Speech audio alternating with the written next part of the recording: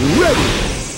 GMA Weather, serbisyong totoo ng GMA News. Mga kapuso, isa ng bagyo, yung low pressure area na nabuo dyan sa may Philippine Area of Responsibility, ayon yan sa Japan Meteorological Agency. Huli itong namataan ng Pag-asa 470 kilometers dyan sa may silangan ng Katarman, Northern Samar. At sa wind map ng The Weather Company, ngayong gabi na mararamdaman ang direktang epekto nitong low pressure area dyan sa may Southern Luzon, lalo na sa Bicol region at maging sa Eastern Visayas.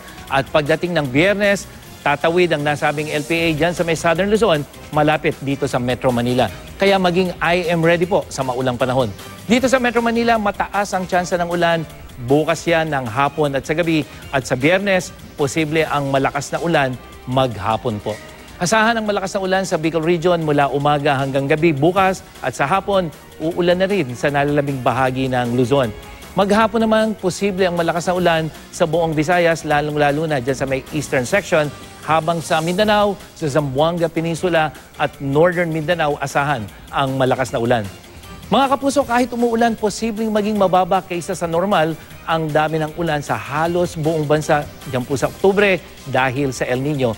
Base naman yan sa latest forecast ng Pag-asa. Kaya ugaliing magtipid ng tubig, pati na po ng kuryente.